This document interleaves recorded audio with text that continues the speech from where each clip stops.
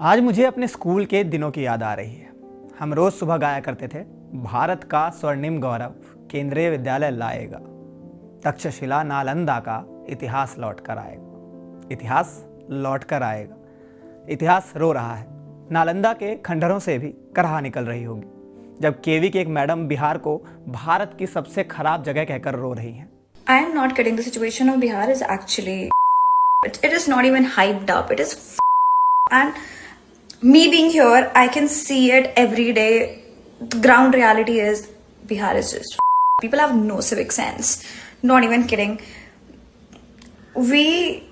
I mean, the people who want to travel from Bihar to Delhi, it is just people have made it so difficult for us because, oh God. इतनी तकलीफ।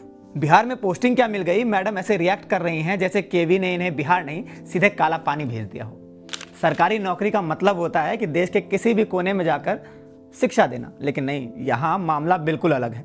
अरे बहन, तुम्हें तो गर्व होना चाहिए। तुम्हें उस धरती पर पढ़ाने का मौका मिला है जहाँ कभी नालंदा और विक्रमशिला जैसी यूनिवर्सिटीज थी, जहाँ पूरी दुनिया से लोग आते थे ज्ञान अर्जन करने, जहाँ ज्ञान की ऐसी गंगा बहती थी कि उसका उजाला कोसों तक फैलता था। लेकिन नहीं, मैडम को शायद हिस्ट्री चैनल नहीं, व्हाट्सएप यूनिवर्सिटी से ज्ञान मिला होगा। अब सोचिए, जब कोई ऐसी टीचर क्लासरूम में पढ़ा रही होगी और कोई बच्चा पूछेगा कि मैम, नालंदा यूनिवर्सिटी दुनिया की सबसे बड़ी यूनिवर्सिटी थी ना, तो जवाब क्या आएगा? हाँ थी तो, लेकिन बिहार में थी तो बेकार ही होगी। अब सवाल है कि क्या यही माइंडसेट हम बच्चों को सिखाना चाह रहे हैं? क्या केवीएस ऐसा ही ज्ञान फैलाने के लिए टीचर्स ला रहा है?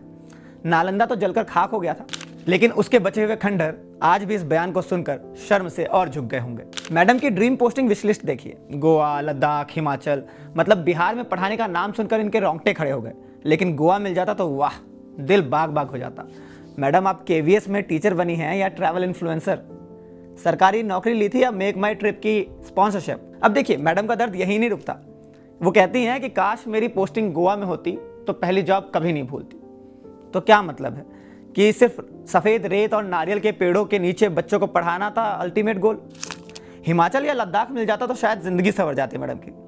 मैम, आप केवीएस से टीचर की नौकरी ली हैं या फिर एयरलाइन से ड्रीम डेस्टिनेशन का पैकेज बुक किया है? मुझे तो लग रहा है कि केवीएस को एक नई स्कीम निकाल देनी चाहिए, सरकारी नौकरी के साथ वेकेशन पैकेज फ्री, ताकि कोई रोए ना, कोई दुखी ना हो और ऐसी मैडम बिहार को अपमानित ना कर पाए। अब जरा तथ्यों पर आते हैं। बिहार का मतलब सिर्फ एक राज्य नहीं है, बल्कि ज्ञान की धरोहर है। बिहार ने इस देश को नालंदा, विक्रमशिला जैसी शिक्षा केंद्र दिए, जहां दुनिया भर से छात्र पढ़ने आते थे। आर्यभट्ट से लेकर चाणक्य, वशिष्ठ नारायण सिंह से दशरथ मांझी तक बिहार ने इस देश को ऐसे ऐसे लोग दिए जिन्होंने भारत का नाम न सिर्फ देश में बल्कि दुनिया में ऊंचा किया। और अगर आज के दौर की बात करें तो हर साल सबसे ज्यादा आईएएस, आईपीएस, आईआईटीएंस, यूपीएससी के टॉपर्स भी बिहार से आते हैं। बिहार के बच्चे खुद मेहनत करके केवीएस के इस एंथम को सच करके दिखा रहे हैं। भारत का स्वर्णिम गौरव केंद्रीय विद्यालय लाएगा। लेकिन जब टीचर्स इस गौरव को समझने से इनकार कर दें, तो फिर नालंदा के इतिहास को लौटाने का सपना सिर्फ सपना ही रह जाएगा। अब ताजा खबर यह है कि केंद्रीय विद्यालय संगठन यानी कि केवीएस ने इस मैडम को सस्पेंड कर दिया है। लेकिन सवाल यह है कि क्या सस्पेंशन से ऐसी मेंटालिटी बदल जाएगी? क्या बिहार के प्रति संकीर्ण सोच खत्म हो जाएगी? नहीं, सस्पेंशन से कुछ नहीं होगा। सिस्टम को अपग्रेड चाहिए। अगर केवीएस को सच में भारत का स्वर्णिम गौरव लौटाना है तो सबसे पहले अपने स्टाफ को बेसिक जीके पढ़ाना शुरू करें। नालंदा और बिहार के बिना भारतीय शिक्षा अधूरी है। और अगर किसी शिक्षक को इस बुनियादी तथ्य से दिक्कत है तो उन्हें खुद एक बार नालंदा जाकर कुछ नया सीख लेना चाहिए। नालंदा का इतिहास लौटेगा बाद में, पहले इग्नोरेंस का खात्मा जरूरी है।